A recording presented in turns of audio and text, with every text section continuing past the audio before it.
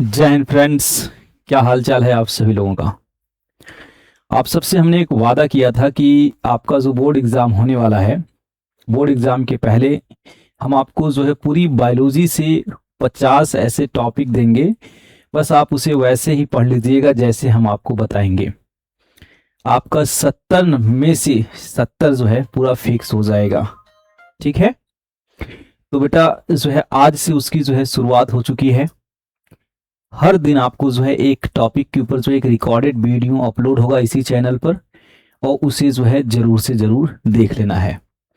बहुत कम समय में बहुत ज़्यादा कवर करने की जो है कोशिश हमारी रहेगी, और हम ये भी मान के चलते हैं कि आप जो है बहुत सारी चीज़ें जो बेटा पहले से जानते हैं, क्योंकि ये अंतिम समय है। और अंतिम समय में हम ये ज़रूर मान के चलेंगे कि आपने कुछ पढ़ रखा है, क्योंकि अगर हम एकदम जीरो से अगर एक एक चीज को एकदम 100% लेकर के चलेंगे तो बहुत लंबा समय की जरूरत पड़ती है। तो हम ये मान के चलेंगे कुछ चीजें आपको बेसिक आइडिया है चीजों के बारे में। ठीक है, तो आज हम क्लास 12th के जो है पहले चैप्टर पुष्पी पादपों में लैंगिक जनन वाले चैप्टर से जो है एक टॉपिक हमने उठाया, और बहुत बेसिक टॉपिक उठाया। इसके पीछे का रीजन क्या है? तो रीजन ये है कि पहले हम आपको जो है सरल टॉपिक पढ़ा देते हैं। क्या करते हैं, इस चैप्टर की एक जो है बहुत ही सरल या बहुत ही सिंपल जो है एक टॉपिक है जिसका नाम है परागण। आप कहेंगे सर परागण क्या इंपॉर्टेंट टॉपिक है, एग्जाम के अंदर इससे सवाल आते हैं या नहीं आते हैं? तो मैं पढ़ाने से पहले आपको इस टॉपिक पे कितने प्रश्न जो है एग्जाम के अंदर पूछे गए हैं, किस तरह से पूछे गए हैं, तो वो चीज़ आपके सामने रख देता हूं, जिससे आपको पहले ये तो कंफर्म हो जाए कि ये टॉपिक जो है कोई ऐरू गैरू टॉपिक नहीं है, ऐसे ही कुछ नहीं उठा के पढ़ाना चालू कर दिए हैं। उसका जो है एक अपना महत्व है, अपना स्थान है। ठीक, चलिए तो सबसे पहले तो हम ये चीज़ समझते हैं कि जो है सवाल क्या क्या बना है इस टॉपिक के ऊपर। देखिए ध्यान से आप, जो है परागण को जो है परिभाषित कीजिए। ये एक जो है बेटा सवाल है बहुत बेसिक सा। कह रहा है कि परागण से होने वाले लाभ का संक्षेप में उल्लेख कीजिए 2023। फिर इसके बाद कह रहा है पर निषेचन को जो है परिभाषित कीजिए। पर निषेचन क्या है 2024 में। स्वपरागण और पर परागण में अंतर बताइए 2024 है। स्वपरागण के अपेक्षा पर परागण अधिक उपयोगी है, इस कथन की जो है व्याख्या कीजिए 2017 में पूछा गया। स्वपरागण व पर परागण को स्पष्ट कीजिए, इनमें से कौन उपयोगी है ये बताइए 2017 में सवाल था। कह रहा है कि परागण और निषेचन में अंतर स्पष्ट कीजिए। यहां पे देखिए 2017। कृत्रिम परागण पर संक्षिप्त टिप्पणी लिखिए 2015। परागण क्या है, पुष्पी पादपों में होने वाले विभिन्न प्रकार के परागण का जो वर्णन कीजिए। जीवी परागण कर्मकों के बारे में भी जो है उल्लेख कीजिए 2019 में सवाल था ये। परागण किसे कहते हैं, सालिवा में होने वाले परागण क्रिया का जो है वर्णन कीजिए 2022 में बेटा पूछा गया। देखिए परागण को परिभाषित कीजिए, पुष्पी पादपों में विभिन्न प्रकार के परागण का संक्षेप में वर्णन कीजिए 2023 में था सवाल। परागण के अजीवी एवं जीवी अभिकर्मों का जो है विस्तार से वर्णन कीजिए बेटा 2024 में। तो क्या आपको समझ में आया? पूरे इस चैप्टर में जो है इस टॉपिक से इतना सवाल जो है अलग अलग साल में अलग अलग तरह से पूछा गया है। तो उसी जो है टॉपिक को हम मात्र 10 से 20 मिनट के अंदर जो है आपको समझाने वाले हैं, जिससे आप इतने सारे प्रश्नों का जो है जवाब आपको मिल जाएगा। ठीक है, चलिए तो शुरुआत कहाँ से होगी बेटा? शुरुआत यहाँ से, परागण। सबसे पहले हमको क्या करना बेटा, परागण की जो है परिभाषा जान लेनी है। क्या होता है परागण? वह जैविक प्रक्रिया है जिसमें फूल के पुंकेसर से निकलने वाले परागकण को स्त्री केसर के वर्तिकाग्र तक पहुंचाया जाता है। मतलब सीधा सा बेटा बात यह है कि जो परागकण है उसका जो है पुंकेसर से निकल करके पुष्प के स्त्री केसर के वर्तिकाग्र तक पहुंचने की जो क्रिया है वही क्या है, परागण कहलाती है। ठीक है, वर्तिकाग्र तक पहुंचाया जाता है। इसी प्रक्रिया के बाद निषेचन होता है जिससे बीज और फल जो है बनते हैं। तो जो पुष्पीय पौधे होते हैं उनके अंदर बेटा समान तौर पे परागण होगा। परागण होने के बाद क्या होगा, निषेचन होता है।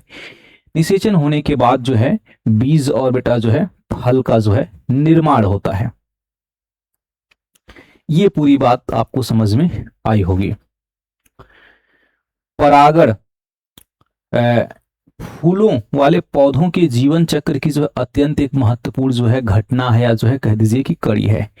मतलब कि जो पुष्पी पौधे हैं उनके जीवन का ये एक बहुत ही महत्वपूर्ण घटना है बेटा, जिसे हम कहते हैं परागण। ये स्लाइड समझ में आ गया। चलिए अब आते हैं कि जो परागण होता है, परागण की प्रक्रिया में बेटा जो है परागकण और वर्तिकाग्र की जो है क्या भूमिका होती है, इस चीज को थोड़ा सा समझते हम लोग हैं। जो है परागकण मतलब बेटा नर युग्मक। नर युग्मक का मतलब होता है मेल गैमिट। जैसे अगर हम मानव में देखें तो मेल गैमिट क्या है बेटा, स्पर्म। ऐसे ही पुष्पी पौधों में मेल गैमिट क्या है, जो है परागकण है। ठीक है, वो सुरक्षित रखते हैं, परागकण को जो है क्या करते हैं, सुरक्षित रखते हैं। ठीक, अगर परागकण नर युग्मक को सुरक्षित रखते हैं। वर्तिकाग्र चिपचिपा होता है ताकि परागकण जो है आसानी से चिपक जाएं। किसकी बात हो रही बेटा, वर्तिकाग्र की बात हो रही है। जो हम लोग ऐसे जो वर्तिकाग्र देखते नहीं है, ये जो वर्तिकाग्र था ये वाला हिस्सा, ये कैसा होता है बेटा, चिपचिपा होता है। इस पे जो परागकण आता है आसानी से जो क्या होता है, चिपक जाता है। परागकण वर्तिकाग्र पर गिरने के बाद जो है पराग नलिका बनाते हैं जो अंडाशय तक जो है जाता है। तो यहाँ से क्या होगा बेटा, एक पराग नलिका का निर्माण होता है और जो जाकर के अंडाशय तक जो है जाकर के पहुंचता है। और इस प्रक्रिया को मतलब अंडाशय तक पहुंचेगा, फिर क्या करेगा बेटा, निषेचन कर लेता है। फिर क्या करता है, निषेचन करता है। तो आप यहाँ तक जो है चीजें शायद समझ पाए होंगे कि इस पूरी प्रक्रिया में तो जो परागण है वो पूरी मुख्य भूमिका निभा रहा है बेटा, जो है किसका, जो है मतलब जो परागकण है उससे निषेचन कराने के लिए बहुत बड़ी भूमिका निभाता है कौन, वर्तिकाग्र। कौन निभाता है, वर्तिकाग्र जो है निभाता है। चलिए तो यहां तक बात समझ में आई। वर्तिकाग्र पर बेटा विशेष प्रकार के रसायन रिलीज होते हैं जो क्या करते हैं, परागकण की पहचान करते हैं कि किस जाति का है। जैसे सरसों का पुष्प है, सरसों का वर्तिकाग्र है, तो क्या निषेचन किसी दूसरे पौधे के परागकण से होगा, नहीं, उसी से होगा। तो ये रसायन के अंदर जो है यह भी पहचानने की क्षमता होती है कि परागकण किस जाति का है, अपनी जाति का है या नहीं है। चलिए शायद ये बात आपको समझ में आया होगा। अगर हम इस चीज को बेटा जो है और थोड़ा सा इंटरेस्टिंग तरीके से आगे लेकर चले कि जो परागण होता है वो कितने प्रकार का होता है, परागण जो है होता है वो कितने प्रकार का होता है। तो समान तौर पे परागण को हम लोग दो हिस्सों में बांटते हैं, स्वपरागण और परपरागण। तो हम जो है स्वपरागण को समझते हैं थोड़ा सा बेटा जो है विस्तार से, जिसे सेल्फ पॉलिनेशन या जो है स्वपरागण भी कहते हैं। देखिएगा, जब परागकण उसी फूल या उसी पौधे के दूसरे फूल के वर्तिकाग्र पर पहुंचते हैं तो उसे हम कहते हैं बेटा स्वपरागण। जैसे मान लीजिए ये जो है क्या है, एक पौधा है, यहाँ पे एक पुष्प है, यहाँ पे भी एक पुष्प है, यहाँ पर भी जो बेटा एक पुष्प है। ठीक है, अब हुआ क्या, दरअसल देखिएगा, यहां से बेटा जो है परागकण निकला और यहाँ पे जाकर के गिर गया, उसी पौधे की दूसरे पुष्प के वर्तिकाग्र पे चला गया। या जो है यहां से परागकण निकला और इसी पे चला गया, इसी के वर्तिकाग्र पे चला गया। ये दोनों स्थिति क्या है, स्वपरागण की है। ये दोनों स्थिति बेटा जो है क्या है, स्वपरागण की है। तो शायद आपको समझ में आया होगा कि जब परागकण उसी पुष्प या उसी पौधे के दूसरे फूल के वर्तिकाग्र पर जब पहुंचते हैं तो उसे हम बेटा कहते हैं स्वपरागण। ठीक है, अभी जो स्वपरागण है इसके भी प्रकार होते हैं। जैसे देखिए, ऑटोगेमी एक बच्चे ने बड़ा प्यारा सा कमेंट भी किया था, उसने जो है इस सवाल को लेकर के, ऑटोगेमी क्या होता है सर? देखो, परागकण एक ही फूल के भीतर वर्तिकाग्र तक जो है पहुंचते हैं, मतलब यहां से जो बेटा निकला और इसी पे चला गया, ये क्या है? ऑटोगेमी वाला कंडीशन है। गाइड जो है गाइटनोगेमी क्या होता है? एक ही पौधे के दूसरे फूल पर जो है परागण, मतलब ये वाला स्थिति, यहां से निकल के यहां तक गया। नंबर 2 वाला ये बात है और नंबर 1 वाला ये बात है बेटा।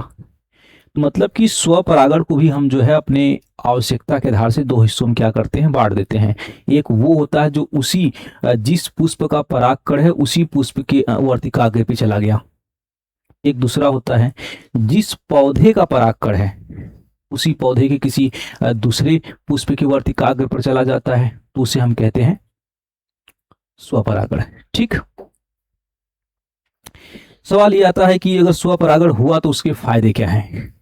तो देखिए ध्यान से, जो है ये प्रक्रिया जो है निश्चित और सरल होती है। मतलब स्वपरागण समान तौर पर हो जाता है और बहुत ज्यादा सरल होता है, बहुत कम समय भी लगता है, परागकण की हानि भी कम होती है। ठीक है, कम परागकण की जो है आवश्यकता होती है। पर किसी चीज के 2 पहलू होते हैं, एक लाभ और एक हानि, इसलिए हानियां भी इसकी आपको देखने के लिए मिलेगी। आनुवांशिक विविधताएं कम होती हैं और पौधे बेटा जो है समय के साथ कमजोर हो जाते हैं।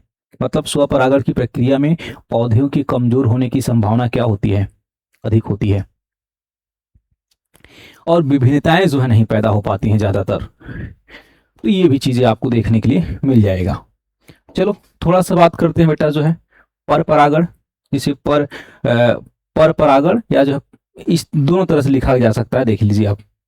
ठीक है, एक पौधे के फूल के परागकण दूसरे पौधे के फूल के वर्तिकाग्र पर पहुंचते हैं, यह प्रक्रिया और जैविक दृष्टि से अधिक लाभदायक होती है, इसे हम बेटा जो है पर परागण कहते हैं। जैसे ऐसे समझिए, यहाँ पे एक पुष्प है ये, ठीक है, यहाँ पे जो है एक दूसरा पौधा है, उसका एक पुष्प है, दोनों पौधे अलग अलग हैं। यहां से परागकण निकला और यहाँ पे चला गया, पहले वाले पौधे से परागकण निकल के दूसरे पौधे के पुष्प के वर्तिकाग्र पे चला गया। तो इस घटना को हम क्या नाम देंगे बेटा? जो है पर परागण। देखिए, दूसरे पौधे का मतलब यहाँ पे है कि जाति सेम होनी चाहिए। अगर ये सरसों का पौधा है तो ये भी सरसों का पौधा होना चाहिए। ऐसा नहीं कि दूसरा पौधा मतलब ये सरसों है तो ये आम रहे, ऐसा पॉसिबल नहीं है। निषेचन दूसरे जाति में संभव नहीं होता है बेटा। ठीक है, निषेचन जब भी होगा तो सेम जाति के अंदर होता है। तो पर परागण का परिभाषा समझ में आ गया। अब सवाल आता है ये कि इसका जो है फायदा क्या है, तो समझिएगा ध्यान से। अधिक आनुवांशिक विभिन्नताएं उत्पन्न करता है, जो विभिन्नताएं होती हैं वो बहुत ज्यादा पैदा होती हैं। ठीक है, पर परागण के अंदर पौधे अधिक सशक्त, रोग प्रतिरोधी और जो है अनुकूलनीय होते हैं। मतलब पौधे बहुत स्ट्रांग होते हैं, रोग प्रतिरोधक क्षमता अधिक होती है और अपने बदलते हुए एनवायरनमेंट के अकॉर्डिंग उनके अंदर जो है अनुकूलन की क्षमता अधिक देखने के लिए मिलेगी। ज्यादा अनुकूलित होते हैं, ज्यादा अपने आप को एडॉप्ट करने की क्षमता रखते हैं। नई किस्मों की जो है विकास होती हैं, जो पर परागण है इससे जो है विभिन्नताएं उत्पन्न होती हैं और इसकी सहायता से जो है नई नई किस्म जो है के पौधे भी उत्पन्न हो जाते हैं, नई जातियों की उत्पत्ति होती है। तो ये आप कह सकते हैं कि नई जाति की उत्पत्ति के लिए भी पर परागण जो है जरूरी होता है। चलिए, लेकिन अब हर चीज की बेटा जो है पता है वही चीज लाभ, और अगर लाभ है तो जाहिर सी बात है कि हानि भी होगी। हानि क्या है? जो है बाहरी माध्यमों पर जो बेटा ये निर्भर होता है। सबसे बड़ी इंपॉर्टेंट चीज कि पर परागण जो है स्वयं नहीं हो सकता, उसे किसी न किसी प्रकार की आवश्यकता पड़ती है। हवा की आवश्यकता पड़ सकती है, पानी की आवश्यकता पड़ सकती है, किसी जंतु की आवश्यकता पड़ सकती है। तो मतलब वो डिपेंडेंसी को शो करता है, निर्भरता दिखाता है, स्वयं नहीं हो सकता। उसी के साथ में जो है अधिक परागकण का जो है नुकसान होना। जैसे अब एक पुष्प से परागकण निकला और वहां पे काफी दूर एक दूसरा पौधा है, वहां अब पहुंचेगा तो इस बीच में न जाने कितने परागकण जो है खराब हो जाते हैं। तो अत्यधिक मात्रा में परागकणों की जो है हानि होती है। ये भी एक अपने आप में बेटा जो है दिक्कत की बात है। अब अगर हम इस चीज को और गहराई से थोड़ा सा देखें कि जो पर परागण है इसके जो है क्या प्रकार हैं, तो पर परागण के जो है प्रकार जो होते हैं, परागण में सहायता करने वाले जो है कारक क्या हो सकते हैं। देखिए जो बेटा पवन, विंड पॉलिनेशन, ठीक है। एनेमोफिली इसे कहते हैं, मतलब कि वायु परागण, जिसे आप हिंदी में कह दीजिए, मतलब पवन परागण भी सही है, वायु परागण भी सही है, हवा परागण भी सही है। विंड पॉलिनेशन तो हम पढ़ ही रहे हैं। तो पवन परागण क्या होता है या वायु परागण क्या होता है? समान तौर बेटा हवा के जरिए जो परागण होता है उन्हें हम कहते हैं वायु परागण, ठीक है। ये परागकण जो होते हैं हल्के होते हैं, छोटे होते हैं, अत्यधिक संख्या में जो है परागकण इसमें बनते हैं। जिस भी पौधे के अंदर अगर देखेंगे वायु परागण होता है तो उसके अंदर जो है परागकण की मात्रा जो है बहुत ज्यादा होती है, बहुत ज्यादा मात्रा में परागकण बनते हैं। घास, मक्का, गेहूं जैसे पौधे जो है इसी बात का एग्जाम्पल है। समान तौर पे इनमें जो है क्या होता है, वायु परागण ही आपको देखने के लिए मिलेगा। शायद ये बात आपको जो है समझ में आई होगी। अब आगे देखिए, सवाल आता है कीट परागण क्या है? जो कीट के जरिए होता है उसे कीट परागण कहते हैं। अब जिन पौधों के अंदर कीट के जरिए परागण होगा उनके अंदर क्या विशेषताएं होंगी? तो देखिए, रंग बिरंगे होते हैं, सुगंधित वाले जो है फूल होते हैं जिससे कीट उनकी तरफ आकर्षित हो सके, और मधुमक्खी, तितली आदि की जो है मदद से ये सब परागण होते हैं। समान तौर पर इसमें जो है मधुमक्खी मुख्य भूमिका निभाएगी, तितली भी मुख्य भूमिका निभाती है लेकिन मधुमक्खी की तुलना में कम। परागकण सबसे जो है महत्वपूर्ण, जो है परागण का सबसे महत्वपूर्ण माध्यम होते हैं। कौन बेटा? ये इसकी बात हो रही है, मधुमक्खी, तितली आदि की मदद से जो है परागण होता है, और ये परागण की जो सबसे मुख्य क्या होते हैं, माध्यम बन पाते हैं। अगला अगर पॉइंट पे आए तो जल परागण होता है बेटा। जल परागण जो है जलीय पौधों में होता है। जो पौधे जल के अंदर होता है बेटा, जलीय पौधों के अंदर होता है। इस बात का जो है सबसे बेस्ट एग्जांपल है, देखिए वेलिस्नेरिया और जो हाइड्रिला। ये ऑब्जेक्टिव सवाल के अंदर भी देखने के लिए मिलेगा कि जल परागण पाया जाता है किसके अंदर, आपको ऑप्शन में हाइड्रिला लिखा हुआ मिलेगा, ठीक है।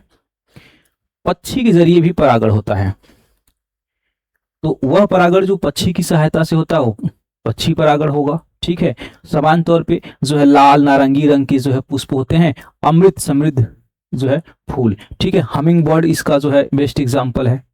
हमिंग बर्ड बेटा जो इसका क्या है, बेस्ट जो है उदाहरण है। तो शायद आपको ये बहुत छोटी सी इंफॉर्मेशन जो है सरल शब्दों में, शॉर्ट में समझ में आया होगा। कुछ ऐसे भी परागण होते हैं जो चमगादड़ के जरिए होते हैं। तो किसके अंदर होगा? जो बड़े रात में खिलने वाले फूल होते हैं, बड़े होते हैं रात में खिलने वाले फूल के अंदर जो है समान तौर पे चमगादड़ के जरिए जो है आपको देखने के लिए मिलेगा। मतलब चमगादड़ के जरिए परागण आपको देखने के लिए मिलेगा। और सबसे मुख्य बात, उनके अंदर गंध, जो स्मेल है वो बहुत तेज होगी, तीव्र गंध होगी। ये चीज हम देखेंगे। मनुष्य के द्वारा भी जो है परागण कराए जाते हैं, जिसे हम कृत्रिम परागण कहते हैं। कृत्रिम परागण हम इसलिए कराते हैं क्योंकि हम किसी विशेष प्रकार के लक्षण की प्राप्ति चाहते हैं, हम कुछ नया कैरेक्टर चाहते हैं, इसलिए हम जो है कृत्रिम परागण कराते हैं। जैसे देखिए, कृषि में अधिक उत्पादन के लिए हम चाहते हैं कि किसी फसल की उत्पादन दर क्या हो, ज्यादा हो, जो है प्रोडक्ट मतलब बनाने की क्षमता उसके अंदर क्या हो, ज्यादा हो, ज्यादा से ज्यादा अनाज पैदा हो सके, तो हम उसमें कृत्रिम परागण कराते हैं, ठीक है। उन्नत किस्मों का जो है बेटा क्या होता है, विकास होता है। हम जो परागण कराते हैं उसका मुख्य रीजन यही होता है, क्या चीज, कि जो है उन्नत किस्में बनाई जा सके, जो है, ठीक है। एक ऐसी किस्म को तैयार किया जाए, एक ऐसी जो है नस्ल को तैयार किया जाए जो हमारे लिए क्या हो, फायदेमंद साबित हो। चलिए आगे हम लोग समझते हैं कि परागण और निषेचन का संबंध क्या है। ध्यान समझिएगा, परागण पहले होता है, निषेचन बाद में होता है। निषेचन के लिए परागण जरूरी है, पर परागण के लिए निषेचन जरूरी नहीं है। ये बड़ी इंपॉर्टेंट बात है। परागण होने के बाद बेटा निषेचन होता है। निषेचन के लिए परागण जरूरी है, पर परागण के लिए निषेचन जरूरी नहीं है, ठीक है।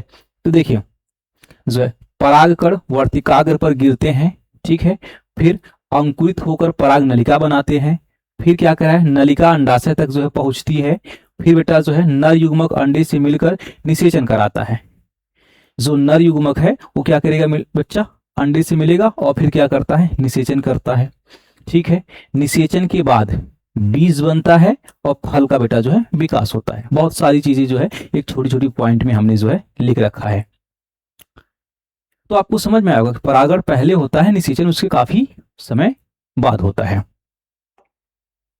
ठीक है, चलो भाई, तो देखिए ध्यान से, परागण का जो है महत्व क्या है, क्यों परागण इतना जरूरी है। देखो ध्यान से, फल और बीज निर्माण के लिए जो है ये आवश्यक होता है। जब परागण नहीं होगा तो बेटा न जाने कितने ऐसे पौधे होंगे जिनके अंदर निषेचन नहीं होगा। तो जब निषेचन होगा तभी तो फल और बीज का निर्माण होगा, तो इसलिए ये जरूरी है। यदि परागण नहीं होगा तो पौधे फल और बीज नहीं बना पाएंगे, सीधी सी बात।